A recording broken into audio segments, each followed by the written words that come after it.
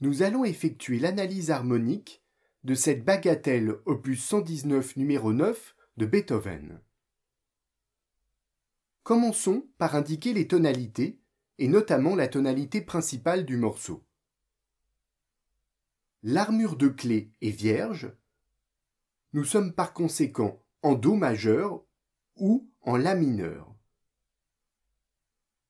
Le morceau débute en La mineur avec un La à la basse et l'accord La Do Mi, et se termine en La mineur sur le même accord. Nous sommes donc sans aucun doute en La mineur. Observons à présent les éventuelles modulations.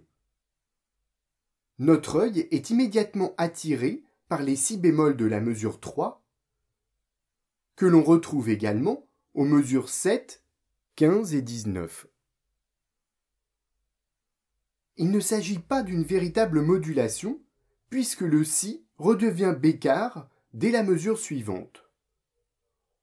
On pourrait donc considérer qu'il s'agit d'un emprunt, c'est-à-dire une modulation de courte durée. Mais en réalité, il s'agit de ce qu'on appelle une sixte napolitaine. Donc, ce n'est pas une modulation. La sixte napolitaine désigne un accord parfait majeur à l'état de premier renversement, d'où ce nom de sixte, placé sur le deuxième degré abaissé d'un demi-ton chromatique. Le deuxième degré en La mineur est si bécard. On abaisse donc ce si bécard qui devient par conséquent un si bémol. L'accord parfait majeur sur si bémol est si bémol ré fa, et donc son premier renversement ré fa si bémol.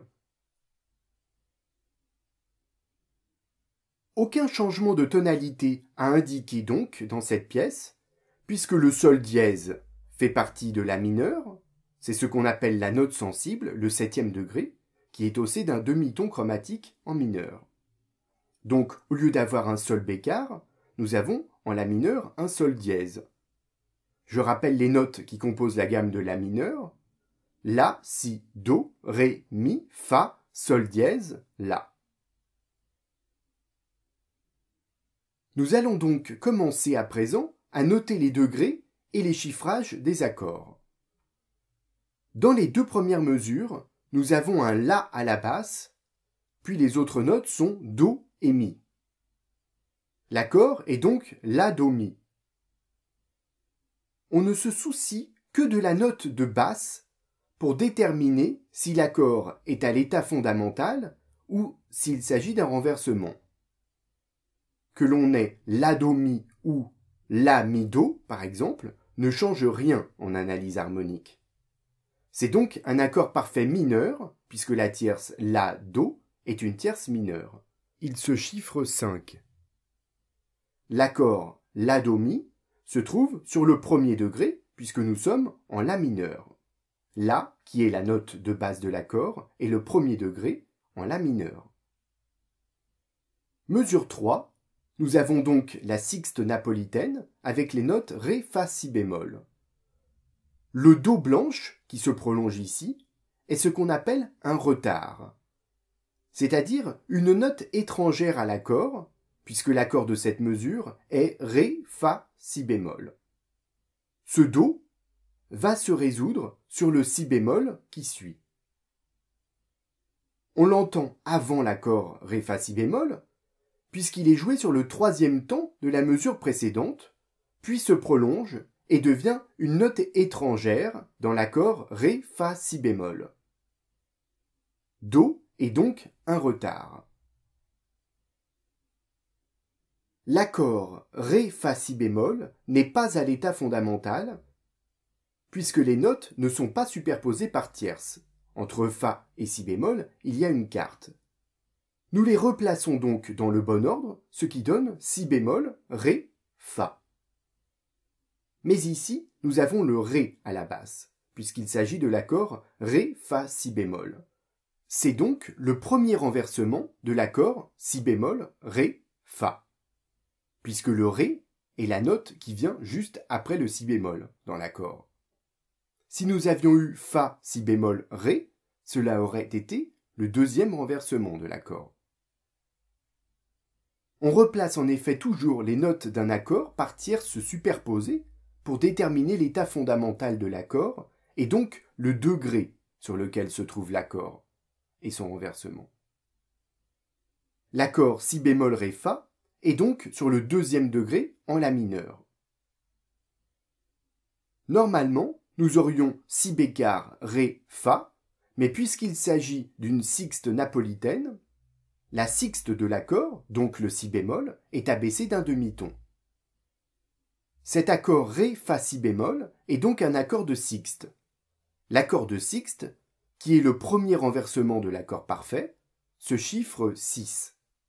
Mais étant donné que la sixte est abaissée par un bémol, on indiquera bémol 6. Je précise également qu'il est inutile de chiffrer les accords qui se trouvent sur les deuxième et troisième temps de cette mesure. Ils sont composés des mêmes notes, si bémol, ré, fa, et l'on considère que l'accord reste toujours ré, fa, si bémol, et ne devient pas si bémol, ré, fa. L'oreille garde en effet en mémoire le ré de basse pendant toute la mesure. On ne peut donc pas considérer que l'accord retourne à l'état fondamental avec si bémol comme note de basse sur les deuxième et troisième temps.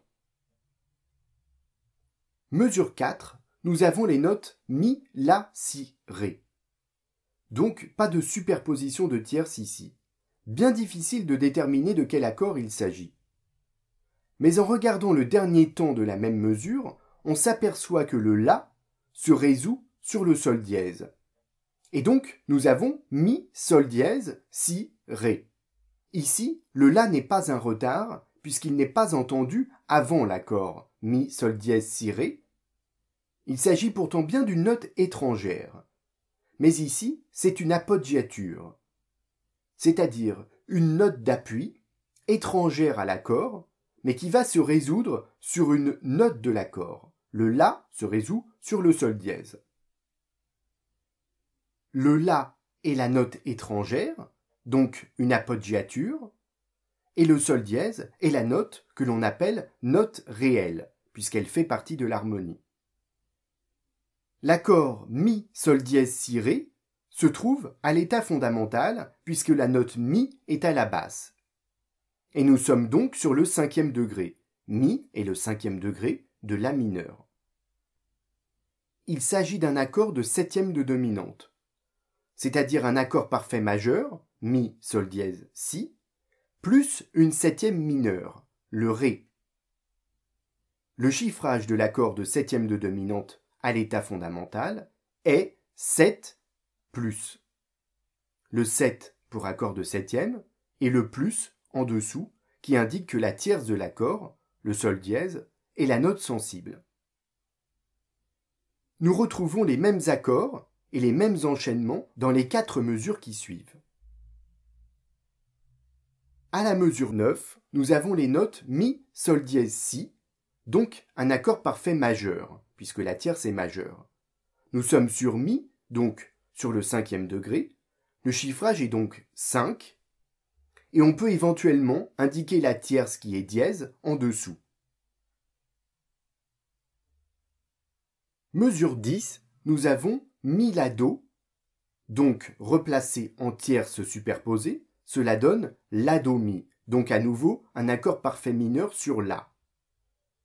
Mais ici, il s'agit donc du deuxième renversement. La, do, mi est l'état fondamental, do, mi, la, le premier renversement, puis mi, la, do, le deuxième renversement. On considère ici encore que le mi reste la note de basse pendant toute la mesure. Le chiffrage de cet accord est 6, 4. On retrouve ensuite les mêmes accords jusqu'à la fin. Il nous faut pour finir indiquer les cadences que l'on retrouve dans le morceau. Pour cela, je vous conseille dans un premier temps de déterminer les carrures de phrases, c'est-à-dire de savoir où chaque phrase commence et où elle se termine. En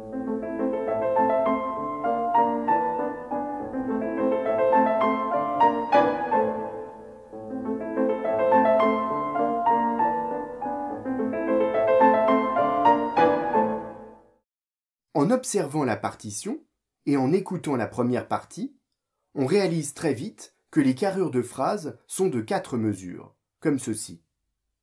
Et ce, durant tout le morceau. Cela permet donc de déterminer les cadences. À la mesure 4, la phrase reste suspendue sur le 5e degré qui se trouve à l'état fondamental. Il s'agit d'une demi-cadence.